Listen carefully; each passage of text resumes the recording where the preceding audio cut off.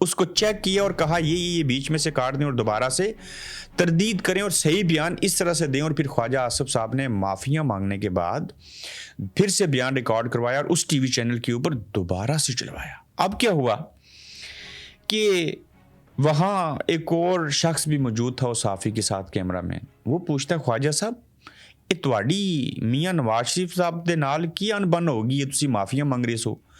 اس بندے کو لگا کہ خواجہ آصف جو ہیں ان کی کوئی پرابلم جو ہے وہ نواز شریف صاحب سے ہوئی ہے تو ان سے معافی مانگ رہے ہیں. تو وہاں دوسرے صحافی نے کیمرہ مین کو بتایا کہ نہیں یہ بڑے گھر سے کال تھی تو ان کے ساتھ ان کا معاملہ چل رہا تھا. وہ کون تھے؟ احمد شریف صاحب. یہ لوگ الٹے لمبے پڑ جاتے ہیں اور وزیر دفاع نے نوٹیفیکیشن کرنا ہوتا ہے فیلڈ مارشل صاحب کا اور باقی چیزوں کا. ایکچولی وہاں سے چیز ہوتی ہے. تو جو خواجہ آصف افغانستان کے حملے کے حوالے سے افغانستان کے بارے میں بیان اپنی مرضی سے ایک ٹی وی کے اوپر دے دیں, اس کے اوپر ڈانٹ پڑے اور آگے سے معافیاں مانگتے پھریں, اور جب ایک شادی کی تقریب میں جانا اور وزیر دفاع کو روک لیں جی کہ صاحب جا رہے ہیں, یعنی کہ عاصم منیر صاحب فیلڈ مارشل جا رہے ہیں, آپ یہیں پہ رکیں, ذلیل و خوار ہو جائیں. جو وزیر اعظم شہباز شریف صاحب ڈگی میں بیٹھ کے جنرل باجوہ کو ملنے کے لیے اور باقی جنرلوں کو ملنے کے لیے جائیں, آپ ان سے یہ توقع کرتے ہیں کہ نوٹیفیکیشن نہیں ہوگا اور شہباز شریف صاحب لنڈن آ گئے, یہ ہو گیا فلاں ہو گیا, کچھ نہیں ہوگا, ایسے نہیں ہوگا ویسے نہیں ہوگا. تو لہٰذا ان میں سے کسی کی حیثیت نہیں ہے. 2 تائی اکثریت انہوں نے دلوائی, ان کے لیے جتنے احسانات اسٹیبلشمنٹ نے کر دیے ہیں یہ تو ساری زندگی قرض نہیں چکا سکتے.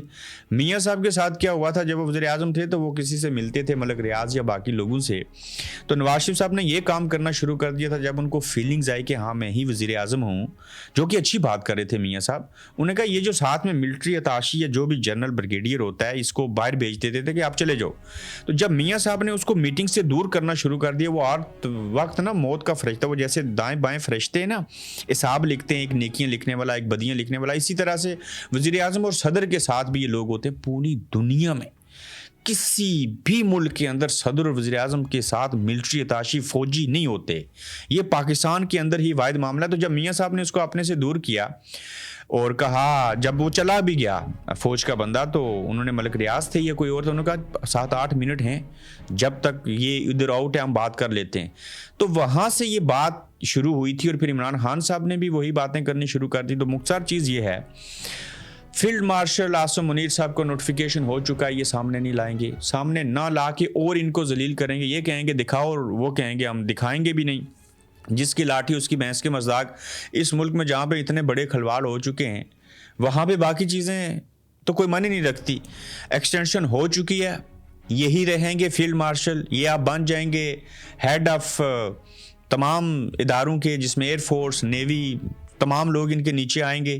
اسی طرح سے معاملات آگے چلتے رہیں گے. تو فیلڈ مارشل کا نوٹیفیکیشن کیا ہو گیا ہے؟ ہاں فیلڈ مارشل صاحب کا نوٹیفیکیشن ہو چکا ہے, یہی آگے رہیں گے. اب 2 سال ہے یا 5 سال ہے اس کا ہمیں علم نہیں ہے, لیکن یہ بات حتمی ہو چکی ہے کہ فیلڈ مارشل آج ریٹائرڈ نہیں ہوں گے, آئندہ بھی کئی سال ریٹائرڈ نہیں ہوں گے, یہی رہیں گے. اور پھر سوال ہوگا کہ فیلڈ مارشل اگر یہی رہیں گے تو بات ہو رہی ہے جی کہ ان کو بیچ دیا جائے, بشرا بیگم اور سب جیل قرار دے کے عمران خان صاحب کو اڈیالہ میں, اڈیالہ سے بنی گالا. تو یہ فیصلہ کون کرے گا؟ فوج کرے گی, کسی سیاستدان نے نہیں کرنا, باقی لوگ مشورہ دے سکتے ہیں. دیکھیے بھٹو صاحب کو بھی اسی عوام نے مروایا, نواز شریف صاحب جیلوں میں رہے, باقی لوگ قدم بڑھاؤ ہم تمہارے ساتھ ہیں, یہ لوگ نہیں آئے. آج عمران خان پاکستان کو یہ جو جنریشن زی کو انہوں نے چیزیں دی ہیں, کیا عمران خان جو امید لگائے بیٹھے ہیں کہ پاکستان کی عوام ان کی امیدوں کے اوپر پورا اتریں گے؟ یہ ایک ایسا سوالیہ نشان ہے. تاریخ ایک نئے موڑ کے اوپر آ کھڑی ہے. پاپولیرٹی کا لیول ہم نے دیکھ لیا. یہ سوشل میڈیا کی آتا ہے کہ میں مثال دیتا ہوں, میں ایک نام لینے لگا ہوں سعد رضوی بھائیوں کا. جب میں نے نام لیا تو کتنے دنوں بعد وہ آپ کو یاد آئیں؟ کئی دنوں اور ہفتوں کے بعد. اگر میں نام نہ لیتا تو کیا آپ ان کو یاد کر رہے تھے؟ نہیں.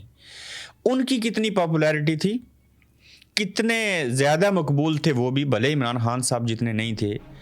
وہ آج غائب ہیں, زندہ ہیں, مر گئے ہیں, کوئی پتہ نہیں. ان کے سینکڑوں لوگوں کو مار دیا گیا. کیا کیا عوام نے؟ سوائے سوشل میڈیا کے اوپر اپنے گھر کے اندر سے اچھے ٹمپریچر میں بیٹھ کے کوئی اور سپورٹ کی نہیں کی. تو ہم ان لوگوں سے کس طرح کی جو ہے وہ امید رکھ سکتے ہیں؟ یہ ایک سوالیہ نشان ہے. لیکن وہ کہتے ہیں نا, مختلف ریجنز میں, مختلف گھروں میں, مختلف خاندانوں میں پیدا ہونے والے لوگوں کی تربیت اصول اقدار پتہ دیتی ہیں کون کیا ہے. لیکن یہاں پہ KPK کے لوگ جو ہیں وہ پہلے بھی آئے تھے, آئندہ بھی آ سکتے ہیں, لیکن ایک جماعت, ایک صوبے کے لوگ تو کچھ نہیں کر سکتے نا, انہیں تو قوم بننا چاہیے نا, ورنہ تو یہ ہجوم ہے. تو لہٰذا نوٹیفیکیشن ہو چکے ہیں, چیزیں آگے اسی طرح سے بڑھ رہی ہیں جیسے طاقتور چاہ رہے ہیں. تو عمران خان صاحب جن کے لیے ٹھہرے, کہیں ایسے تو نہیں ہو جائے گا, میں مایوس نہیں کر رہا ہوں, ہم جن کے لیے مرے وہ وضو کرتے رہے, جنازہ بھی نہ پڑھ سکے. تو اللہ نہ کرے کوئی ایسی چیزیں ہوں, لیکن یہ اڈیالہ سے بنی گالا بیچنے والی سب کہانیاں ہیں. جس نے جو کرنا تھا وہ کر چکے ہیں. آرمی کے اندر سے شاید کچھ لوگوں کو شرم اور حیا آئے, کسی کو لگے کم از کم کہ ہمارا حق بھی مارا جا رہا ہے, یہ چیزیں غلط ہو رہی ہیں اور پیرائے میں جا رہی ہیں, تو نہ کریں. تو اس وقت بھی تو کہہ رہے تھے نا, ایک پیج پہ ہیں جب خان صاحب تھے, ہم پہ 2035 سب پہ تک اکٹھے رہیں گے. تو تا حیات باتیں وہاں پہ بھی ہو رہی تھیں, اب یہاں پہ ہو چکی ہیں. تو وہی باتیں اپنے گلے میں آن پڑی ہیں. تو اللہ تعالیٰ خان صاحب کے لیے بہتری کرے. اور نورین خان جو ہیں بھارتی میڈیا کے اوپر گئی ہیں اور گونج, اور میں اتفاق کرتا ہوں بالکل ٹھیک کیا انہوں نے بھارتی میڈیا کے اوپر جا کے. کیوں ٹھیک کیا؟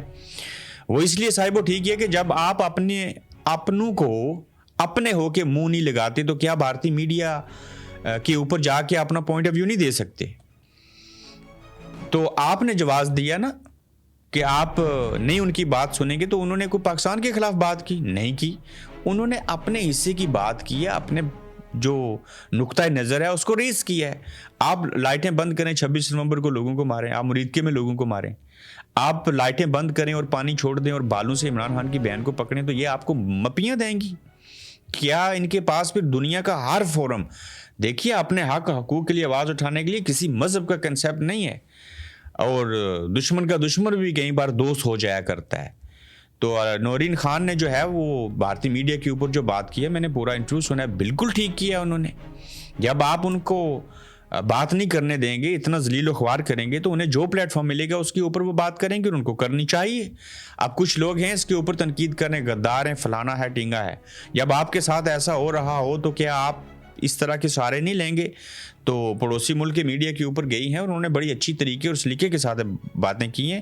تو یہ خواجہ آصف کی ڈانٹ کے بارے میں جو آپ کو میں نے بیان کر دیا, اس سے آپ کو یہ نہیں سوچنا چاہیے آپ کے نوٹیفیکیشن نہیں ہوگا اور فلاں چیز ہوگی, اور لنڈن میں بیٹھ کے جیسے جھوٹ بولے جا رہے ہیں. ایک وزیر اعظم کے والے سے خبر چلا رہے ہو, 5 اہم شخصیات سے جو ہے انہوں نے ملاقات کی ہے, جبکہ وہ گھر میں لیٹے ہوئے ہیں, کسی سے نہیں ملے, کچھ بھی نہیں ہوا, کوئی تصویر نہیں ہے, کوئی ویڈیو نہیں ہے. اور میں کنفرم کرتا ہوں تصویر اور ویڈیو مجھے نہیں ثبوت چاہیے. شہباز شریف صاحب آرام کر رہے ہیں وہاں پہ, کچھ بھی نہیں کیا انہوں نے, وہ کسی سے مل نہیں رہے, ملنا تو دور کی بات, وہ اپنے پارٹی ورکر سے بس ایئرپورٹ پہ آئے, ویڈیو بنی ہے, اس کے بعد جا کے آرام کر رہے ہیں. اور اب انہوں نے ماسک بھی اتار دیا ہوا ہے, صحت بھی اچھی ہے, کوئی میڈیکل چیک اپ نہیں ہے, کوئی ایسی کہانی نہیں ہے. صرف کیا ہے کہ وقت ڈنگ ٹپاؤ والی پالیسی ہے. تو نوٹیفیکیشن ہو چکے ہوئے ہیں, سب چیزیں ہو چکی ہوئی ہیں, یہ ان کے سامنے کچھ بھی نہیں کر سکتے. یہ جو کہیں گے اسی طرح سے چیزیں کریں گے. میں DGSPR کی ایک وزیر دفاع کے حوالے سے جو بیان کیا بات, یہی آپ کے سمجھنے کے لیے جو ہے وہ کافی ہے. 9/11 صاحب امریکہ کے اندر پھر سے اس طرح کے واقعات ہو رہے ہیں, اور پاکستان کے اوپر اس کے اثرات کیا پڑیں گے. پہلے دیکھیں کتنے ممالک ایسے ہیں جنہوں نے پاکستان کے ویزے بند کیے ہیں, دبئی جیسوں نے. کیوں؟ ہماری حرکتیں ٹھیک نہیں ہیں. پھر دیکھیں آف لوڈ اپنا ہی ملک اپنے ہی لوگوں کو کر رہا ہے کہ آپ باہر نہیں جا سکتے. تو جہاں آپ کو اپنے گھر میں عزت نہ ملے, وہ باقی عزت خاک دیں گے. تو یہ جو امریکہ کے اندر حملہ ہوا, اس کی تفصیلات میں آپ کے سامنے رکھتا ہوں, اور مجھے لگتا ہے اللہ نہ کرے یہ مزید اس طرح کی چیزیں ہوں گی تو یہ بات پھر سے افغانستان کے اوپر کسی اور کے اوپر حملہ کرنے کی وجوہات میں سے ایک بڑی وجہ بن سکتی ہے. وائٹ ہاؤس کے قریب نیشنل گارڈز کے 2 اہلکاروں پر فائرنگ کے واقعے کے بعد امریکی حکومت نے فوری طور پر غیر معینہ مدت کے لیے افغان شہریوں کی تمام امیگریشن درخواستوں پر کارروائی روک دی ہے, وہ نہیں آ سکتے. ڈاؤن اخبار میں شائع رپورٹ کے مطابق ملزم کو ایک افغانی شہری کے طور پر شناخت کیا گیا ہے, اور جو اپنے ملک میں امریکی فوج کے ساتھ کام کر چکا ہے. افغانستان میں جب نیٹو فورسز آئی تھی, امریکی فورسز آئی تھی, وہاں پہ وہ ان کے ساتھ کام کر چکا ہے, اسے انگریزی بھی آتی ہوگی. امریکی شہریت اور امیگریشن سروسز نے بدھ کو اعلان کیا ہے کہ یہ فیصلہ سیکیورٹی اور جانچ کے طریقہ کار کے دوبارہ جائزے تک مؤخر کیا گیا ہے. کسی افغانی کو امریکہ کا ویزا نہیں ملے گا. یہ فیصلہ اس وقت سامنے آیا جب صدر ڈونلڈ ٹرمپ نے اپنی انتظامیہ سے کہا کہ وہ پچھلی انتظامیہ کے دوران امریکہ میں داخل ہونے والے تمام افغانی شہریوں کا دوبارہ جائزہ لے. اس کا اثر پاکستان کے اوپر بھی پڑے گا. ایجنسی نے ایکس پر پوسٹ میں کہا کہ ہمارے وطن اور امریکی عوام کی حفاظت اور سلامتی ہمارا واحد مقصد اور مشن ہے۔ Department of homeland security نے ملزم کی شناخت 29 سالہ رحمان اللہ کے طور پر کی ہے، جس کے بارے میں بتایا گیا ہے کہ اس نے امریکہ کے مختلف اداروں کے ساتھ افغانستان میں تعاون کیا۔ فاکس نیوز نے CIA کے ڈائریکٹر جان ریڈکلیف کا حوالہ دیتے ہوئے رپورٹ کیا کہ امریکی حکومت کی مختلف ایجنسیوں بشمول انٹیلیجنس سروسز کے ساتھ کام کیا۔ NBC کی ایک رپورٹ نے رشتہ دار کے حوالے سے کہا کہ رحمان اللہ نے امریکی اسپیشل فورسز کے ساتھ مل کر افغان فوج میں 10 سال جو ہیں وہ خدمات انجام دی ہیں۔ تو اگر آپ کے یہ اتنے قریبی تھے آپ کے ساتھ اور آپ کے ان بڑے اہم اداروں انٹیلیجنس کے ساتھ اگر وہ کام کرتے رہیں تو آپ کو پتہ نہیں تھا یہ لوگ کیسے ہیں اور کیا ہے، تو یہ میرے خیال سے ایک 9/11 کی طرز کا ہے۔ یہ خود سے حملہ کروا کے راستے ہموار کیے جائیں گے کہ وہاں سے آج بھی دہشت گردی ہو رہی ہے، اس طرح کی چیزیں ہو رہی ہیں، تو کنٹرول کرنے کے لیے اس طرح کی چیزیں کی گئی ہیں۔ فیلڈ مارشل کی ایکسٹینشن اور چیزوں اور نوٹیفیکیشن کے حوالے سے آپ لوگوں کو کیا لگتا ہے؟ اپنا فیڈ بیک دیجیے گا۔ تو آج کے دوسرے ایپیسوڈ میں آپ سے اگلے 3 سے 4 گھنٹے میں دوبارہ اہم خبروں کے ساتھ انشاءاللہ پھر آپ سے ملیں گے۔ آپ دیکھ رہے ہیں گورکھ دھندا ابرار قریشی کے ساتھ۔